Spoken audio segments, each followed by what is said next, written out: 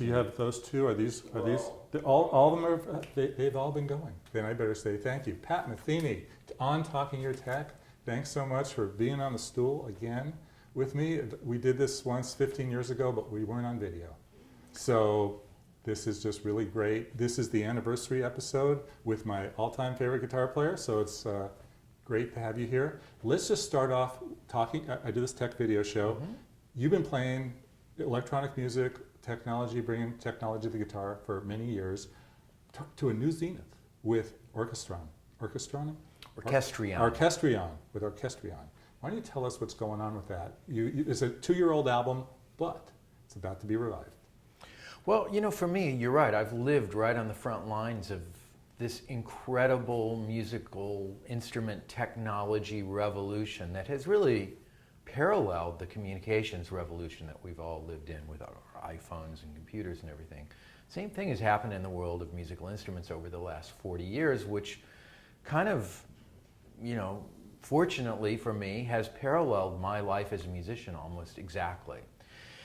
And, you know, I've been, you know, right on the bleeding edge of it all, right from the beginning, from, you know, the time that computers became, you know, really a viable element for musicians to work with. So that, for me, goes back to the late 70s. And,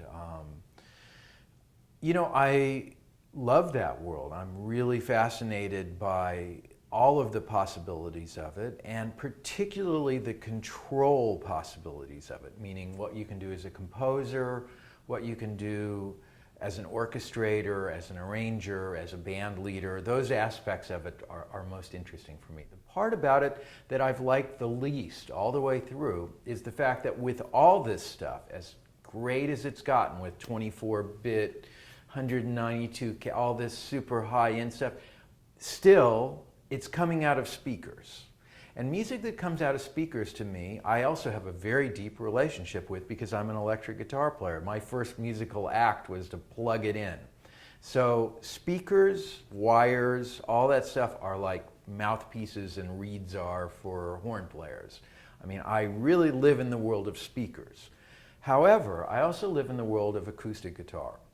And I understand on a very basic level that acoustic sound is infinitely more complex than anything that will ever come out of a speaker.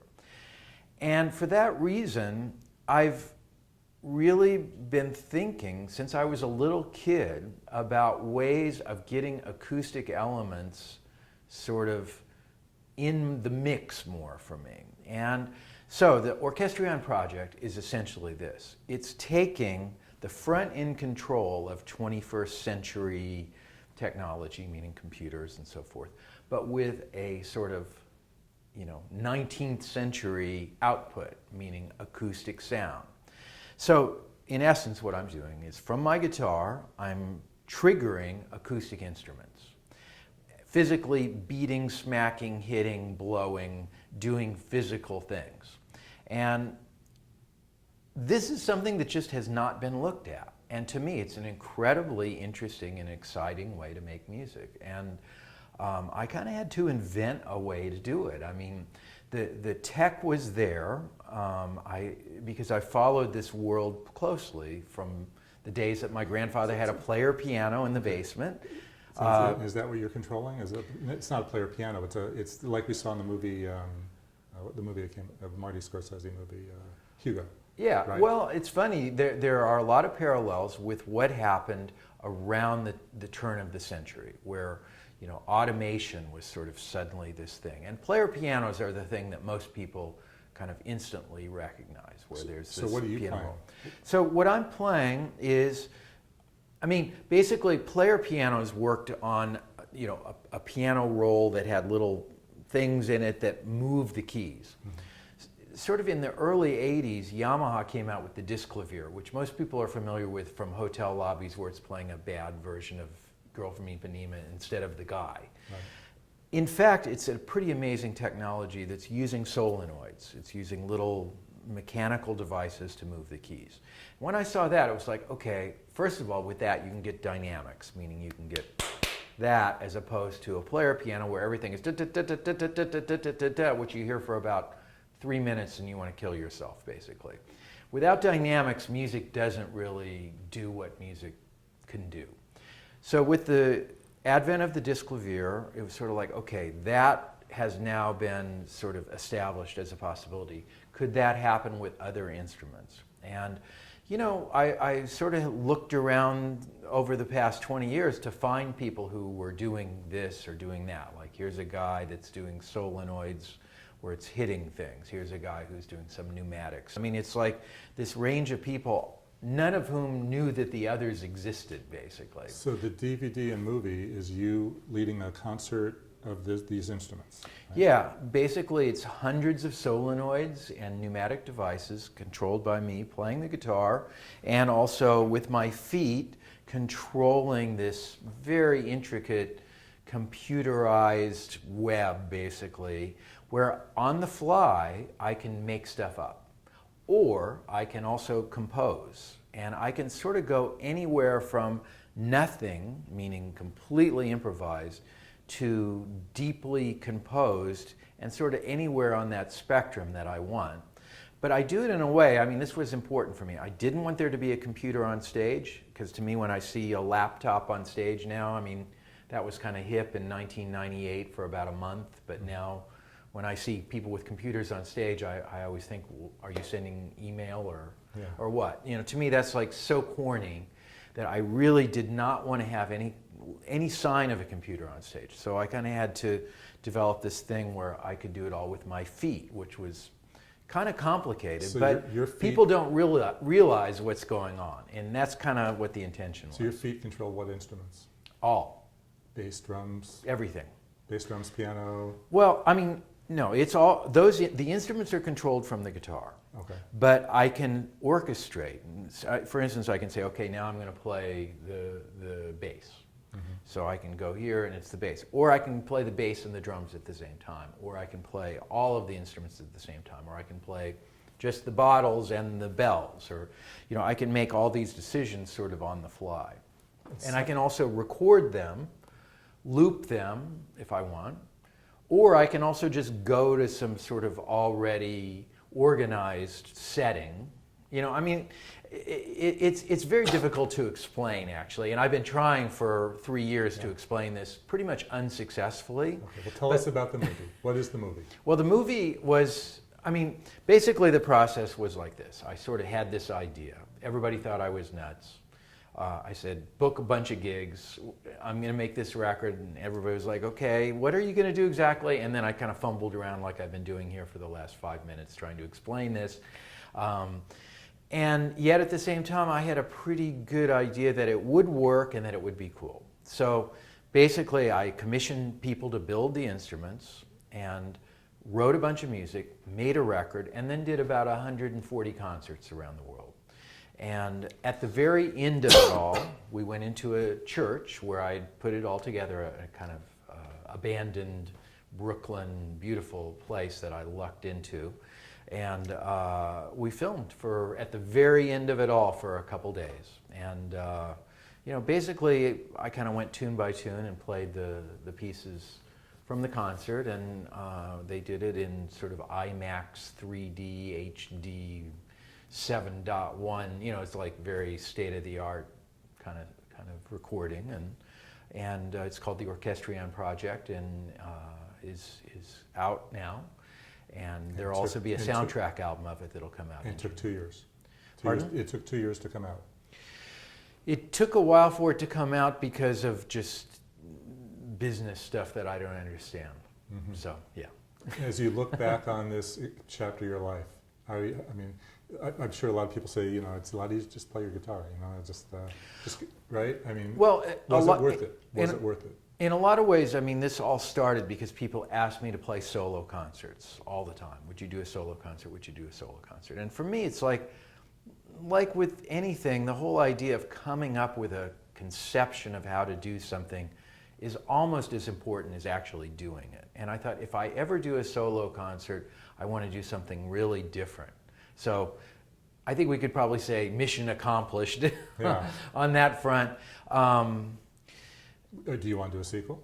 Absolutely. I mean, when I look back on the whole thing now, I'm kind of, it's a little scary to me even that I did it.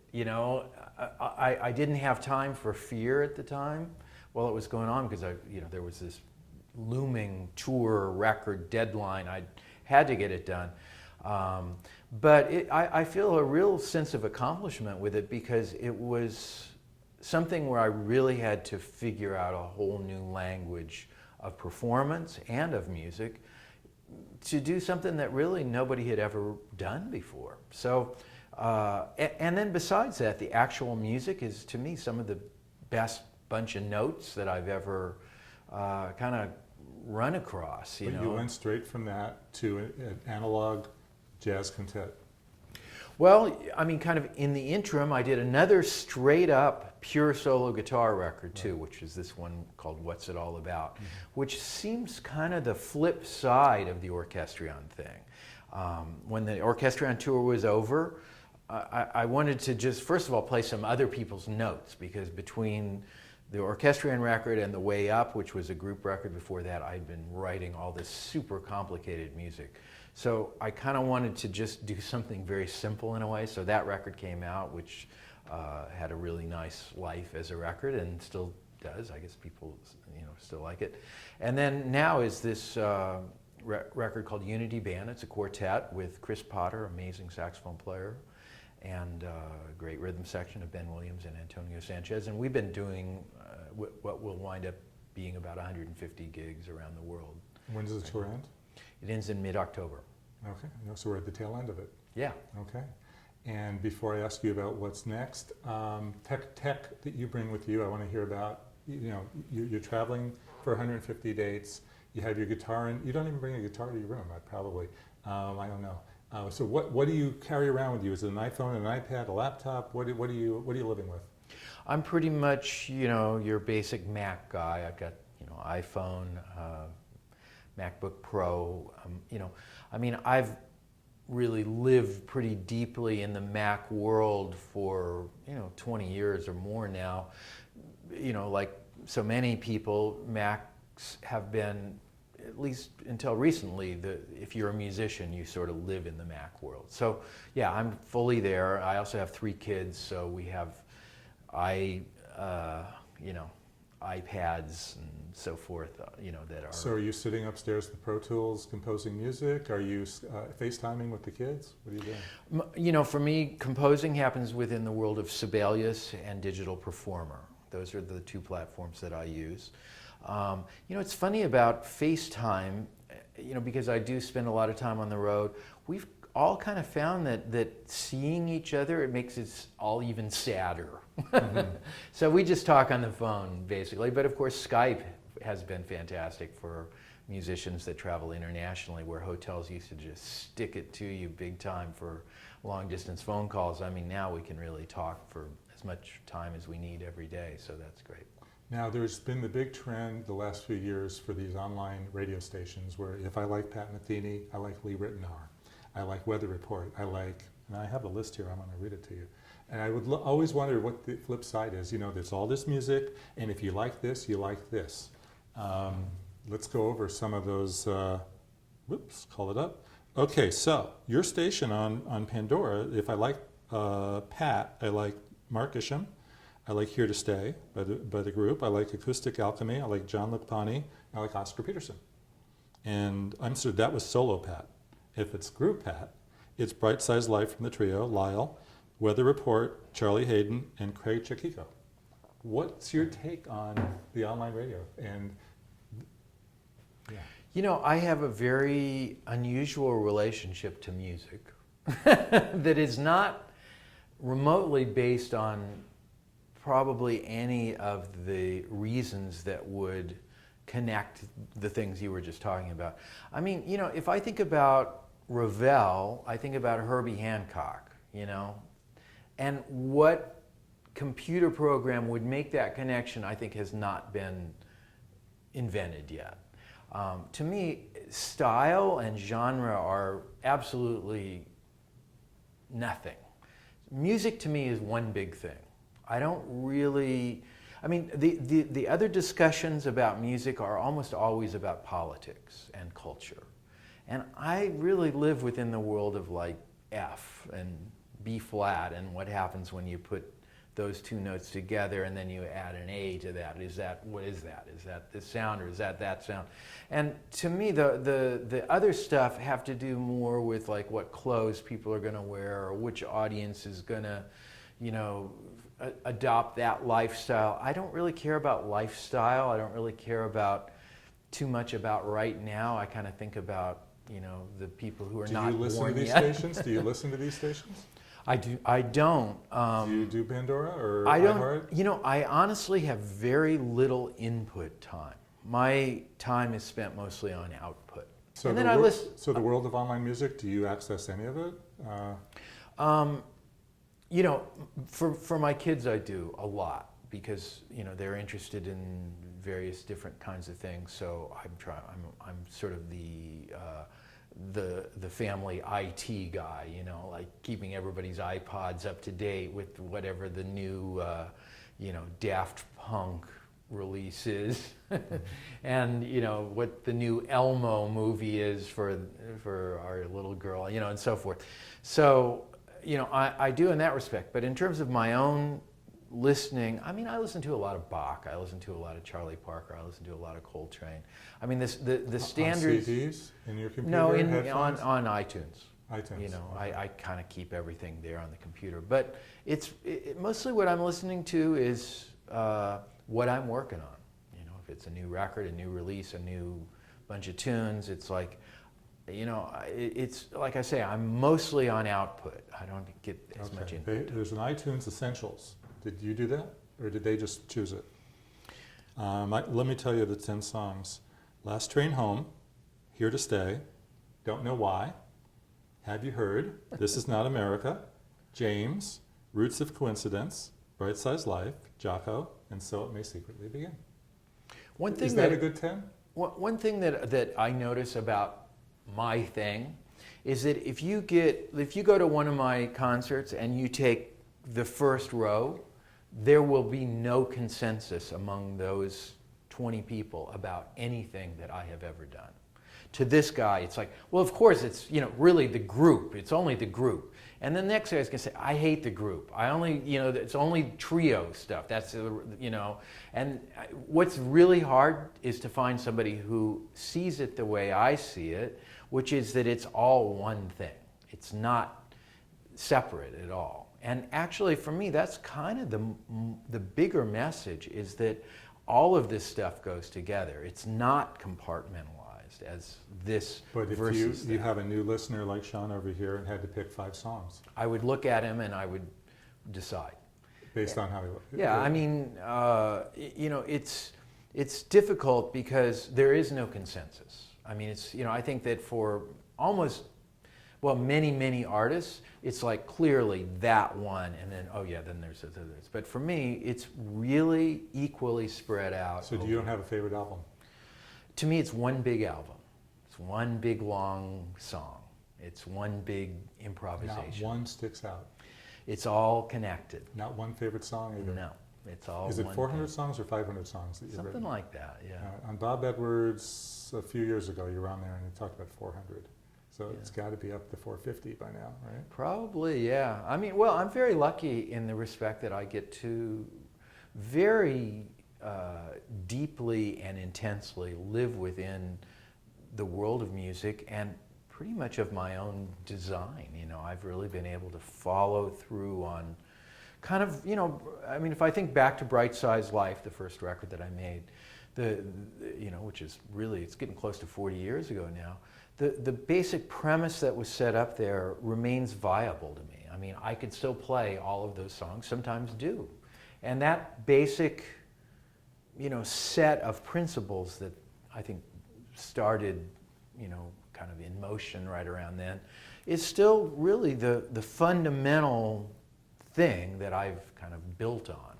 Is, you know, I think for a lot of musicians, they go through their life kind of like a snake that sheds its skin and it's like, oh, I'll never go back to that. For me, it's not like that at all. I feel more like I'm building this house and I keep adding on rooms. but it's all still there. Could you play all 450? There's some of them I would have to look at again and shed a little bit, but yeah. I mean, there's not one song that that's like the best thing I ever did. No, the next one, I guess. That's next one? The cliche musician answer, right? But it's an ongoing process for me. Okay. Also, the songs, because there's so much improvisation involved, and each song is not really like a finished thing. It's more a suggestion of what those elements might be under infinite conditions. So, for instance, I could take, again, let's go back to Bright Size Life. I could take those songs and do them with this subset of musicians and get a completely different result than with this subset of musicians, and both would be fine.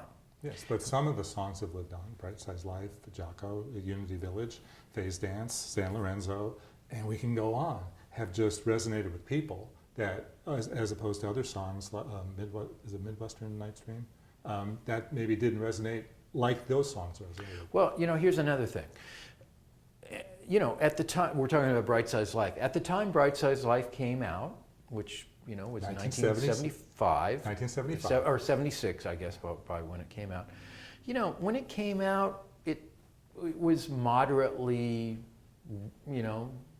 successful, I guess. It sold, 800-900 copies and that much, got a couple reviews, medium-y kind of reviews, and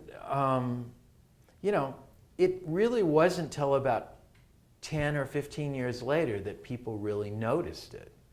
And now it's in the Smithsonian. I mean, it's a classic, everybody says, but it was really not perceived that way at the time.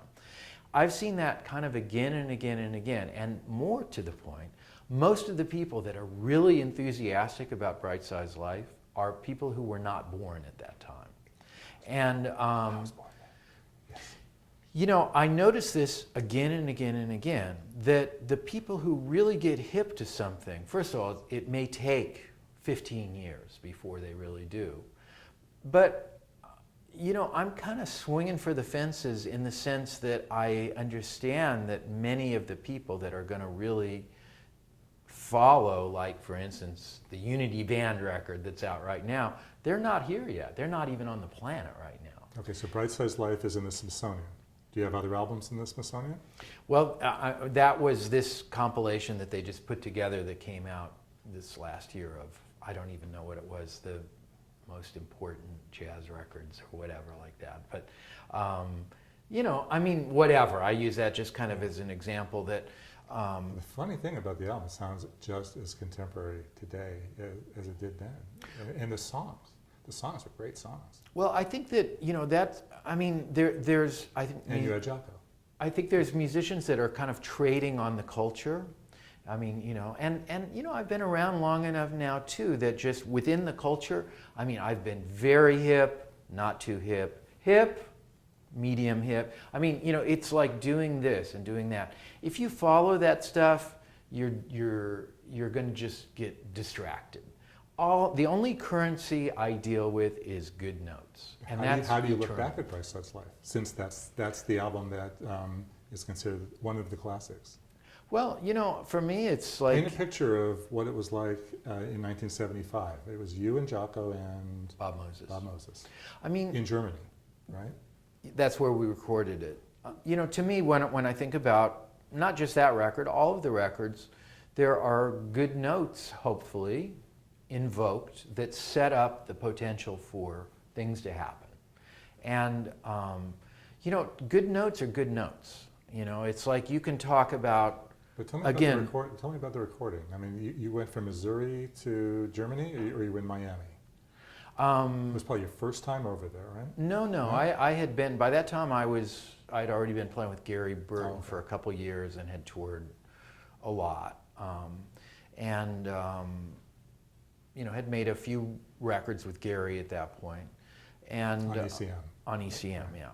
So, the X factor for that record was, the fact that it was going to be my first record, that I had brought in this bass player that nobody had heard of at that time, and they trusted me enough to do that, which was cool. And of course, that all worked out really well. Jocko was really something. That's one of the best records that you can find of his playing. That was him really at his peak. And it's a very special record. And, kind of, for me, the main thing about it is that the expectation that the first 8 notes of that record, which are kind of this solo guitar thing, that sets up really everything that has followed, in the sense that there's a few pieces in place there that are stylistically a departure from what had been happening in jazz until then, in the sense that there was a certain kind of harmonic ambiguity, but also a lack of fear about like major triads that was not exactly that common at that time. And for me, writing music sort of emerged as a way to find a platform for improvising. And once I understood that, the composing thing has taken a much larger part of the pie for me. Okay, hold on. Do you do much stuff with cameras? Do you do videos on tour or anything? No, not too much. You do podcasting. Yeah, I love your podcast. Yeah, I mean that guy is very good. He's kind of a friend, Joe Vella. He's kind of he's a good friend of Larry Grenadier and Brad Meldau and those guys, and he's kind of cornered the market a little bit. What, he just comes in and talks to you? We don't even do, I've got my little mic, and he sends me some questions, and I talk on it, and then I email them to him, And what's your mic? It's just like a, what do they call those things? The snowball. Yeah, you have the snowball. Yeah, okay, so you use the snowball mic. Yeah, works great. At home? Yeah, or wherever. Yeah. So do you travel with the snowball? I have one in my little utility kit. Tell us about the utility kit. Come on. Well, because of the international travel aspect of it, there are things that you need when you're in Australia and England that you don't need the rest of the time. So I have a little case that I keep in my road area that just has all the adapters and all the auxiliary things, a little sound card interface where I can do stuff if I need to record something into the computer and all that. But generally speaking, when I'm on tour, like for instance last night we played 5 hours. So if I have then an hour or two in the day, I'm not going to usually be working on recording or something unless it's really an emergency. I'm going to be more like checking out the Yankee scores on MLB.com, What are some of the other sites you go to? For me, it's, the news sites. The Huffington Post thing for me has been a huge, fantastic addition to the web, in the sense that there's, it's this whole idea of aggregate stuff, which I have mixed feelings about, but done very well.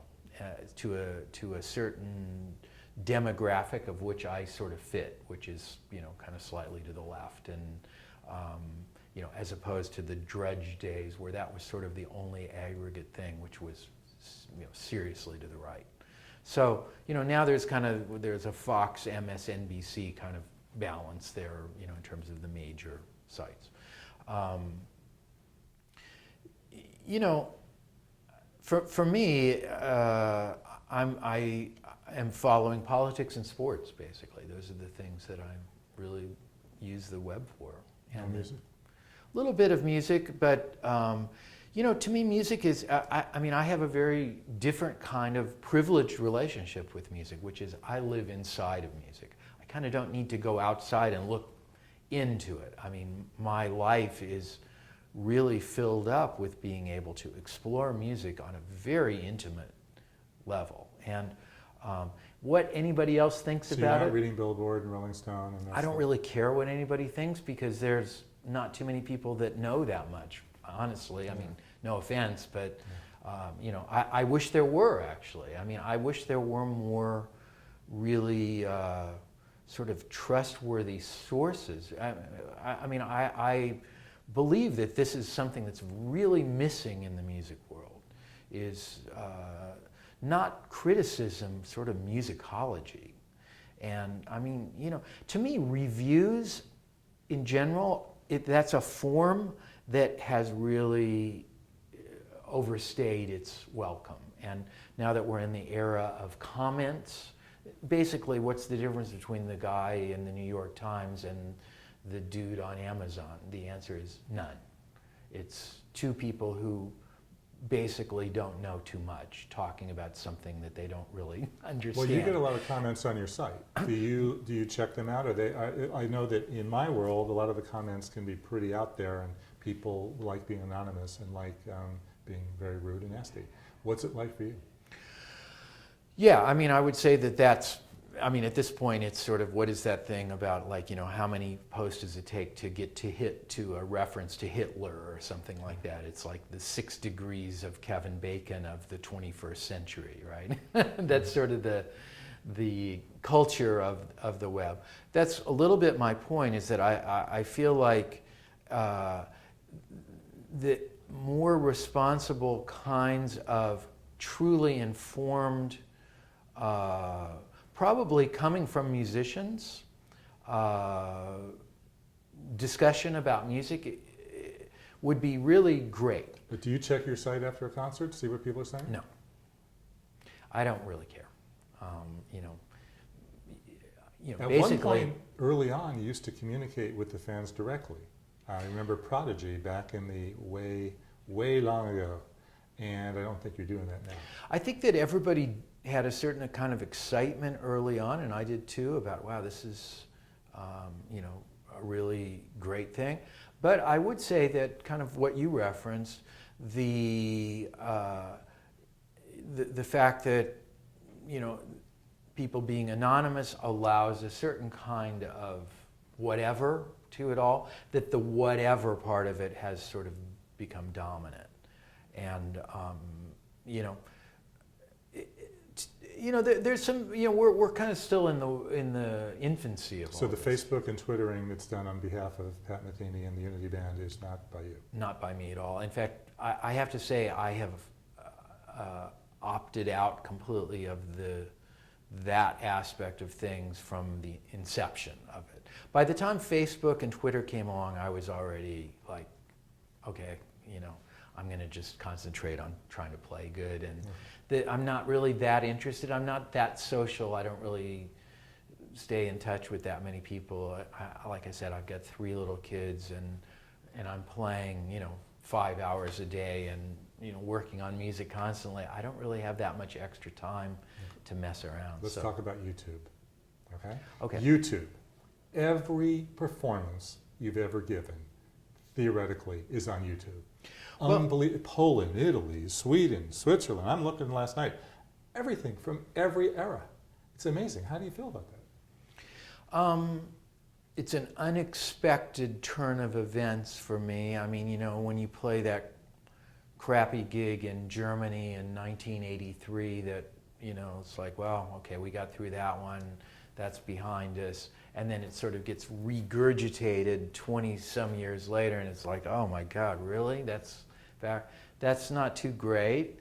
On the other hand, there are things like, wow, we sounded, like if you look at all of it, together, it's like there's a consistency there that speaks for itself. It's like, okay, well, that's sort of what it is. And to me, the main thing is the way it limits the possibilities now, because I mean, I used to love going play jam sessions and go sit in and do things spontaneously. You can't do that anymore. Everything you do, as you said, is forever documented. It's nothing is casual anymore, because I mean, you can't even have a conversation with somebody after the gig because there's somebody there, filming it. So, it really turns out that the Big Brother thing that was predicted, it's us. And people, I think, I also feel like there was a time, you would probably remember this too. Remember the CB radio era where everybody had a CB radio and it was like Breaker 19, Smokey, It's like, I mean, you couldn't go down the highway. Every person had an antenna and a CB radio for about 2 years. Right, now everybody has a camera. And then it just kind of went away. And, there was a time when everybody was smoking on airplanes not that long ago. That's like a ridiculous idea, and it kind of went away. And you know, they didn't used to have seat belts in cars, and it's like, okay, we got to get that together. I mean, I have a feeling that there will come a point where the idea of somebody texting at a concert or holding up their phone is going to be such a socially unacceptable thing to do, because you look like an idiot when you're doing it, and it's also kind of really inappropriate, especially if the musicians are asking you not to do that. So I got a feeling that will probably... Then why are there so many clips of you? Well, more than most. I mean, of your stature, there's so much. Well, you know, I think that it's a testament to this moment in culture that is something that is attractive to people to do. And you know, it's kind of a game changer for somebody who's an improviser. And I would say this includes comedians. You know, they seem to be having a real struggle with this because you can't try things out. Used to be you could go to New Haven, or you could go to Maine or Boston or someplace and try a band, try some new tunes, try this. You can't do that anymore. Everything you do now is a world premiere. So you come out last night and say, please, no cell phones, blah, blah, blah, and half the room tapes you. And then post it later that night. Yeah, and honestly, it's not just me. A lot of musicians, this is incredibly irritating, not so much for the thing, but the thing of you ask for people not to do it and then they still do it. So, I mean, I can think of one or two piano players that are quite well known, that it just shuts them down. They cannot perform after that. And so the audience is actually like chopping off their own heads in a way by this. You know? Do you go watch any of the clips? No. You know, if there was a way for me to do what I do and be invisible, I would do that. I mean, you know, you may have noticed I've never put my picture on the cover of any album cover because I don't think it's about me, it's about it. And I physically have to be there to help it be, but it's not me, it's it. Okay, and so your back is on one of the covers, right? Maybe. On the first solo guitar, One Quiet Night. No, that's not me. Okay. That's just, that was a shot. Oh, okay. Yeah, I don't think of music as being my thing. You know, it's it. And so I'm kind of against the idea of being identified. Okay. So you don't watch the clips. No. Do you go to YouTube? Do you spend any time there? You know, again, the 50 kid kids. Factor. Okay, so you downloaded every episode of Breaking Bad for the tour. Yeah, and then just kind of at night, on the bus before going to sleep, you know, watch an episode or whatever. Oh, that'll put you to sleep. nice, quiet little show. Yeah. Yeah, nothing to think about. Yeah. What else did you download for the tour? Few movies.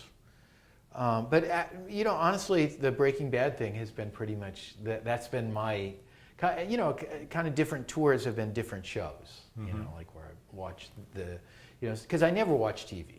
At home, the TV's never. So what was the Orchestrion? Orchestrion tour, that was Californication. Okay, and the solo guitar tour? Good question. Oh, Weeds. Weeds, yeah. Okay, so you're into cable. So I just kind of like get like a whole, like 5 seasons of something that I've never seen, and then kind of watch it all at once. Okay, let's talk about the group. Okay. Okay, it's been 7 years, right? 7 years since the Way Out? Yep. We're going to see the group again? Yeah, I mean, you know, the part of the longevity of the group has been because I have so many other things that I want to do, to give, you know, have breaks. And I mean, we've had a few other long breaks here or there. I'm working on what I want to do with it now. Like, I have always a long list of ideas. You know, I had this idea we should do one tune that lasts the whole record, you know, and that's what we did last time. And you know, a big part of being a band leader, I mean, the main thing is you're really kind of a curator, you know. It's like, and as a composer, basically when you're writing for musicians, you're saying, okay, this is what I really want to show off about this group of guys. You know, it's like, I really love the way this guy does this and the way this guy does that. And, you know, that's been, you know, really kind of the main thing for me about being a leader, has been putting together groups of musicians that kind of, you know, illuminate what I really love about music. That's kind of what it is. And the group has been sort of this real open-ended thing, because it could be almost anything, and it has been. I mean, it's been really this incredible range of things, but with a specific sound too. So, you know, I've already started with the basic sketches of a few things, and you know, I really want to allow myself a whole bunch of writing time this time. Okay, so the group, you want to write some new songs. I've already started. Yeah. Okay, and you hope to have a new album in 2014? Yeah. Okay, so Lyle, you're writing with Lyle again? Well, you know, the way it works is I bring Lyle in at the very end. Once I've sort of got a bunch of stuff, then I say, okay, you know, can you add a little to this or that? Do you hear anything for this? Sometimes he does, sometimes he doesn't. I mean, you know, it's more, the thing with Lyle is more the sound of us playing together, I think, than the writing. Particularly. Cool. Now, you wouldn't pick your 5 favorite, but would you pick 5 definitive for the new Pat Metheny viewers that might not even be up on your music? Would you give them a top 5? Again, where to start? Start with Right Side Life.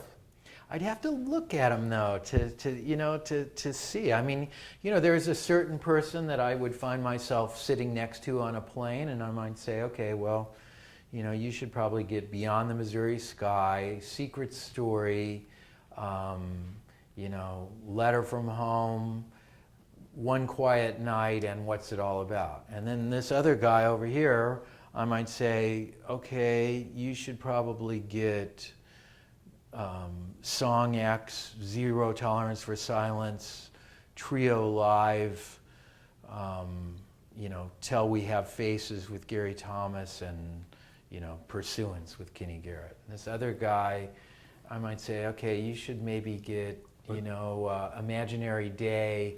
You know, it's like, there's no one size fits all. But if the thing. Smithsonian said pick 5, you know, I wouldn't presume to kids? even say. The kids, you know, definitely, you know, Roots of Coincidence would be in there for one of the kids, and for one of the other kids, not. You know, I mean, they're very different too. So, you know, it's impossible for me to make a general thing about it, because it's just all one thing. You won't for me. pick. Yeah. Okay. Viewers of this show have noticed over the past year that any chance I have to pick up a guitar, I will do it. Cool. And you've just told me how you don't like to jam on your off days, but I wonder if there was any way you would play even a little bit of a song with me. I really can't, because I'm so sore this morning from, I mean, you can see I actually have physical issues going on here. You know, this tour, it's been really 4 or 5 hours a night of super intense playing. I really need a day off today. It's a little bit like sports. Yeah. You know, it's like I need to not play one note today. So. Okay. Would you show me some solo guitar tips, though? Would you tell? I mean, you don't have to touch it. You could tell me what I'm doing wrong. One thing that for me is, you could just tell me what I'm doing wrong without even touching the guitar. To me, the main thing. Is that correct? The main thing is sound. Yeah. Is that a lot of people are playing good notes, but maybe it doesn't sound as good. Maybe it's a little out of tune. Maybe it's the notes aren't balanced. Maybe the melody is not sort of stepping out in front. I mean, the little issues for me of like what I listen for, like when I hear Glenn Gould play Bach, that's the thing that I listen for kind of with everybody, which is how are the voices coming out? You know, like what's the shape of the line? What's the dynamic arc of the line? When I listen to your solo albums, you've got the chords going with the melodies so nicely that you know, my mouths are just like open. Now, granted, you're playing a different kind of guitar. Well, but it would be the same for me, hopefully, any guitar condition. And again, I mean, Glenn Gould is a great model for me, in that respect. That thing of being able to bring out an inner voice and bring out an upper voice and all that. I mean, that kind of thinking for me is, should not be exclusive to classical music, should not be exclusive to Bach. To me, that if you're going to play Unity Village, that kind of thinking can work there too. I think of the guitar as like a piano keyboard. I don't really think in terms of like, okay, my hand goes here. I'm thinking of each individual note sort of the same way if I was doing that. And that takes a long time. What I notice with most guitar players is that often they're not really sure where all the notes are. If I say, okay, play every C on the guitar, they might be able to play a couple of them, but usually in this area it gets a little murky. Yeah. Yeah, particularly on this guitar. And to me, it's like, you got to really be able to see the whole thing as one thing, and also be able to see them as 6 separate instruments, because they are. You really have this instrument that has 6 instruments, and each one of them has its own character and its own sound, and has a strength and a weakness in terms of how it's going to sound.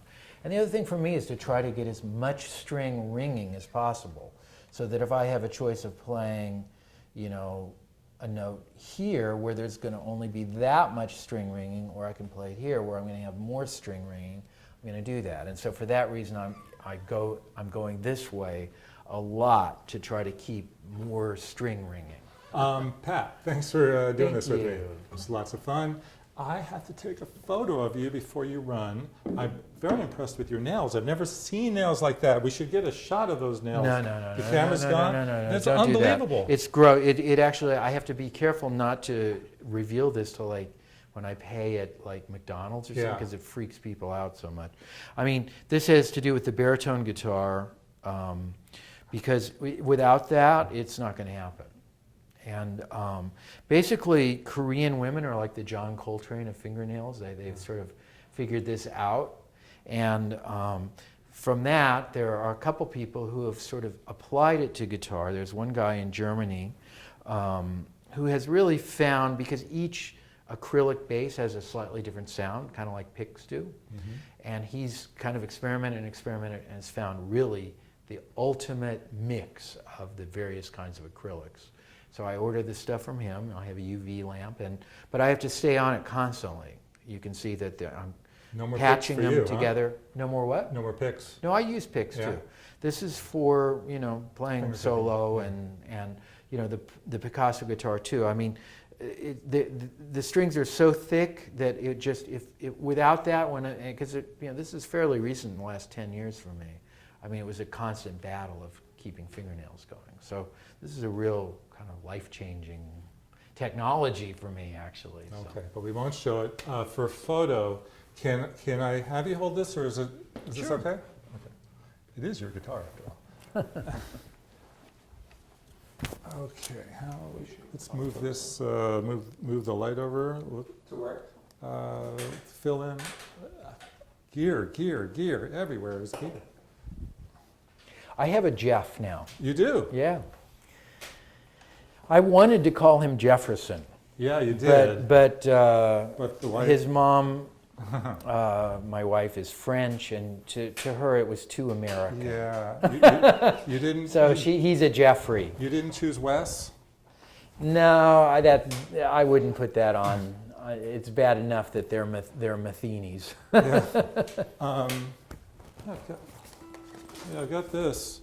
It was great liner notes. I really enjoyed reading them. Thank you. For a college dropout, you do a really good job. High school dropout, right? Yeah.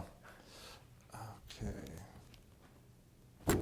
That's fantastic. Yeah. What's on there? It's really great.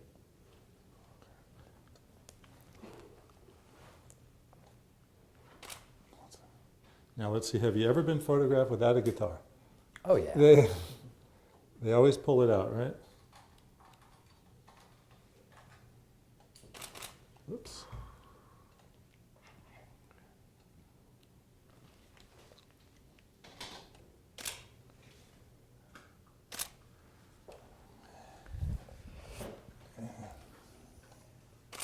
Let's see. And your name is all the way there. What would happen if we put it up? We'll never get it in. Whoops.